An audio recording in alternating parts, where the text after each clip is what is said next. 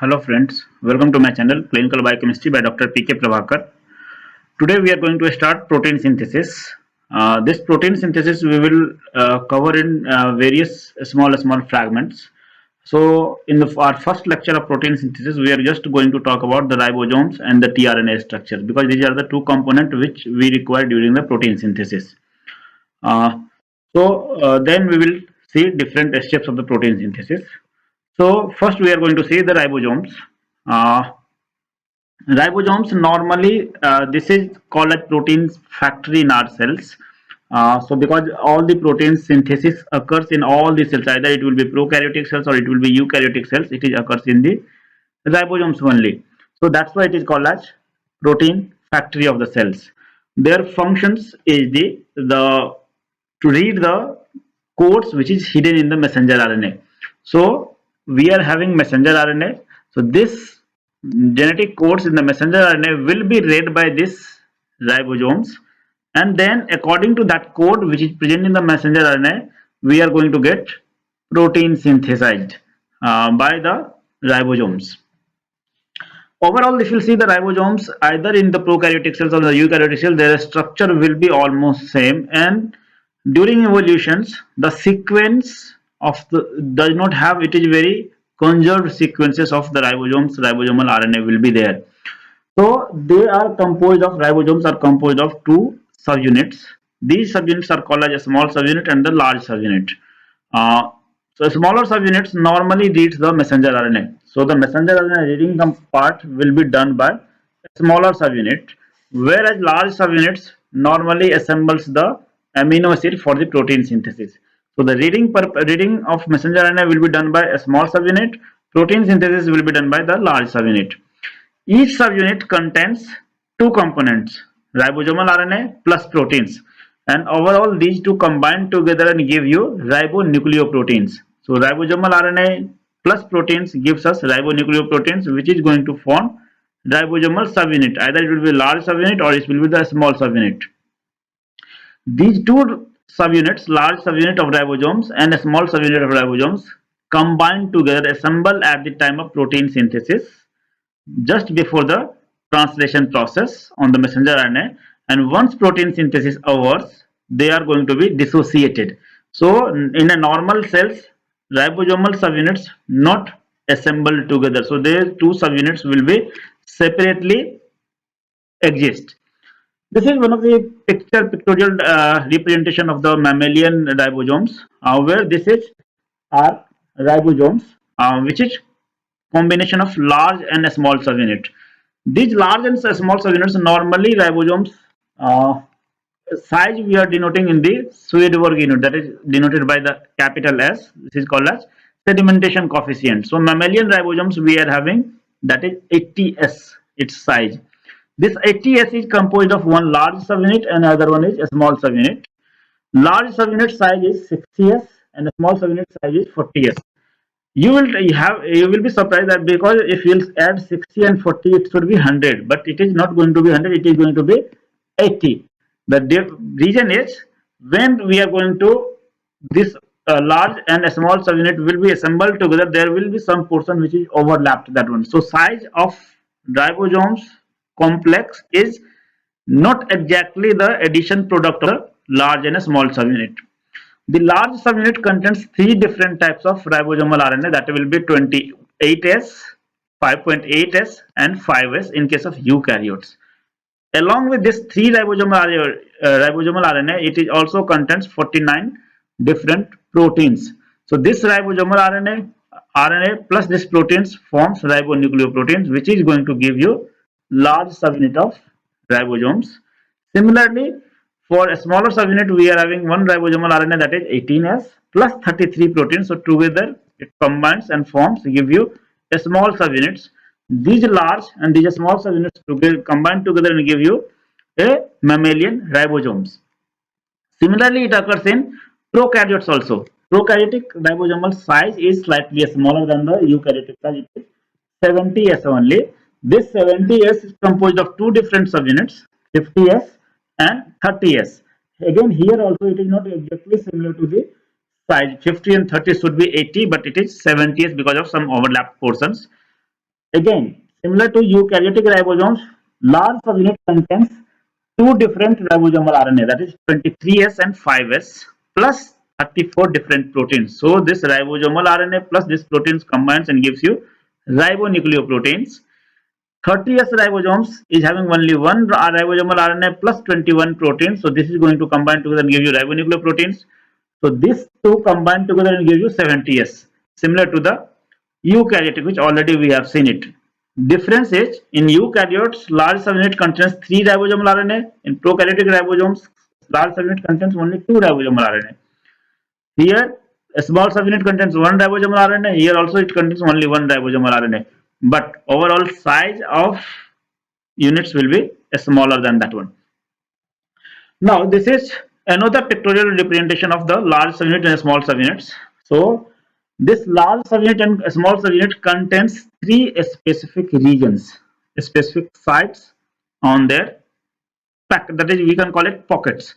Those regions are called as E site, P site, and this is called as A site, aminoacyl sites. E site means exit site, P site means peptidyl site, and A site means aminoacyl site. Difference is what you need to remember is the location of E site is only present on the large subunit. It does not present on the part of the smaller subunit. Whereas P and A site both present on a small and large subunit. The significance of these three sites is having their own significance. That significance is amino A site is aminoacyl site. Whenever protein synthesis initiated started, the first amino acid comes along with the tRNA and binds to the A site. So A site is the place where first amino acid on the tRNA comes and binds. This is at this place. Peptidyl site, P site is the second site where protein synthesis, peptide bond formation takes place. So that's why it is called as peptidyl site, peptidyl bond formation. And third is the E site. After peptide bond formation, the amino acid will be associated with the protein growing protein chain and the tRNA will be free. The tRNA will leave this ribosomes from this E site. So that is called as exit site. So that is the significance of A, P and E site. E site present only on the large subunit, P and A site present on the both large and small subunit.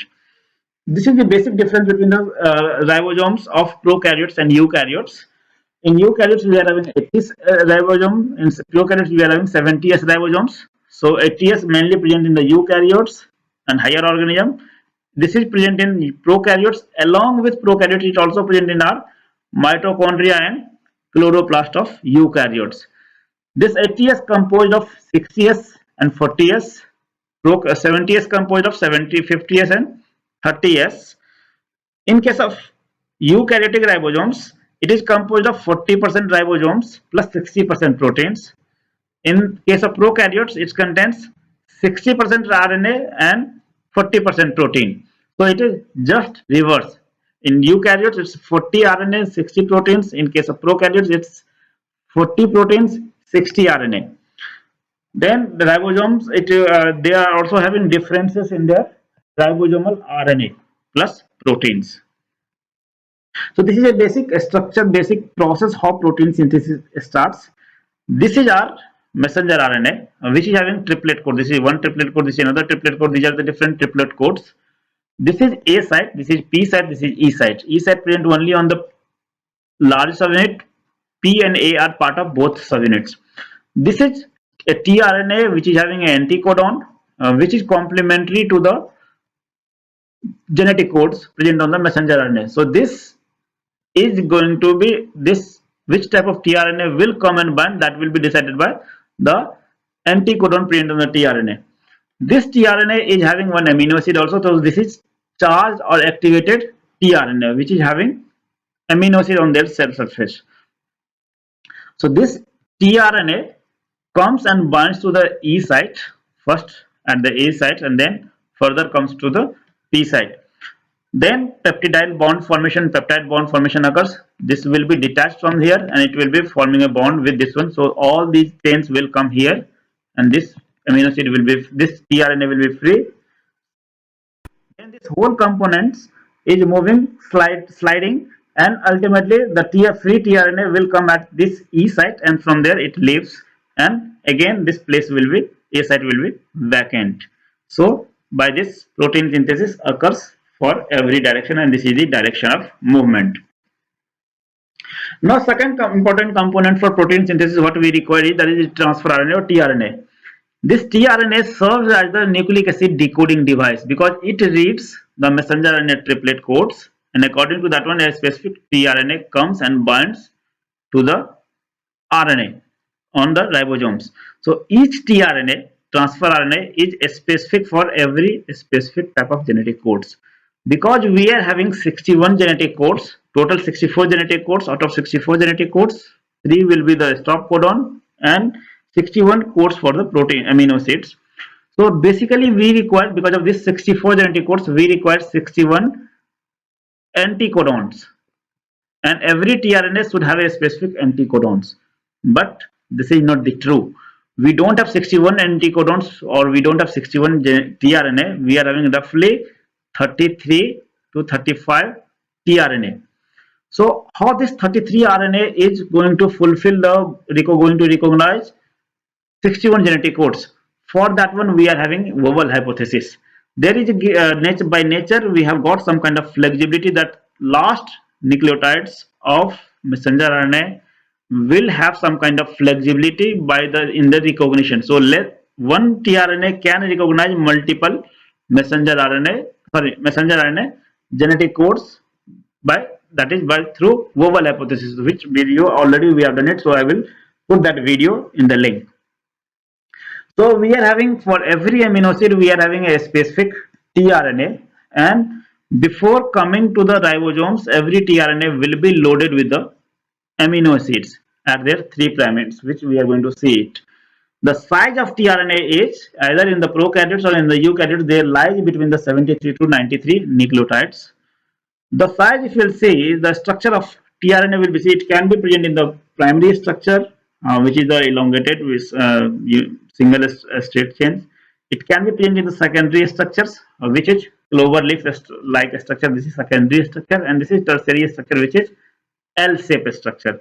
So the question is, question can be MCQ question can be that what is this size, shape, structure of the secondary structure of tRNA, that is clover leaf shape structure. What is the structure of tertiary structure of tRNA, that is L-shaped structure. Now, if you'll see here, this is the representation of the tRNA. In this tRNA, there are 6 different specific regions. The first specific region is the 5' terminal regions, which is having G adjacent. Second important part is the region which is going to have self-complementary between the 3' and the 5' terminus, but not exactly end to end. So that is called as acceptor arm. Acceptor stem. This is acceptor stem. This is 5' portion. Third important region is CCA tail. At the 3' end, it is having tRNA is having all the tRNA is having CCA, means the terminal amino acid nucleotide will be adenine. So every amino acid comes and binds to this adenine only. That we will see during the protein synthesis process initiation. So this CCA tail is having a significance that every amino acid will come and bind to this adenine only. That is third. Fourth is the D loop. This D loop we are calling because it is having some specific modified nucleotides in the D loop. That's why it is called as D arm. Next, we are having T size C loop. In this case, also we are having some kind of modified nucleotides are there. That is T size C loop or T arms. It is called as. And the last is anticodon arm, where we are having anticodon portion, and this is the important portion because this decides where it has to bind, which genetic codes it is going to decode, and this, so tRNA connects amino acid with the messenger RNA. So it reads the message on the messenger RNA, then it comes and forms the proteins.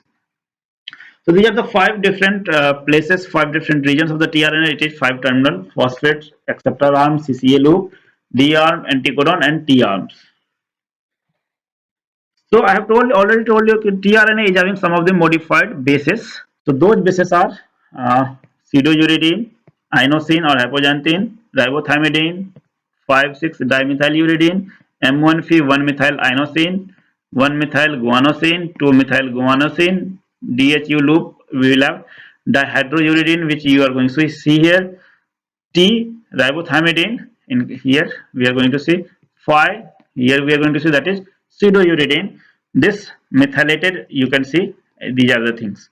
So these are specific. So in tRNA we are having some of the modified bases we are having. The two important places for us is, one is this CCA loop at the 3' ends, and second one is this anticodon region.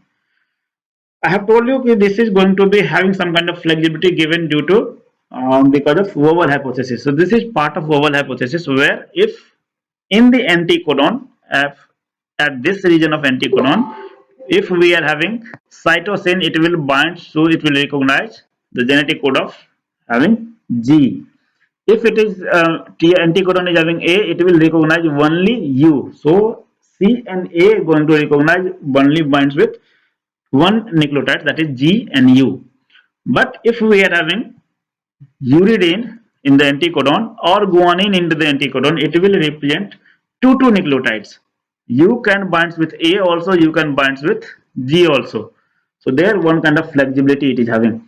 Similarly, G can bind with C, G can bind with U. This is another flexibility.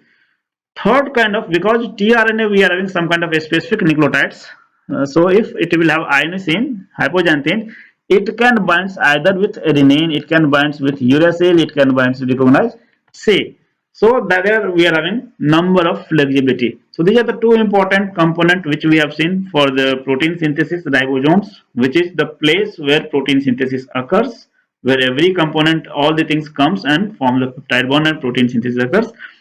The second one is tRNA, which works as a mediator, which comes along with the amino acids on the ribosomes and do the protein synthesis. So tRNA do a mediator kind of role, which according to a messenger RNA comes with the specific amino acids. So that's all for today. Hope you have understand it. If you have any query, any comments, you can write in the comment box. If you didn't if you didn't subscribe my channel, you can subscribe it. Thank you very much. Have a nice day.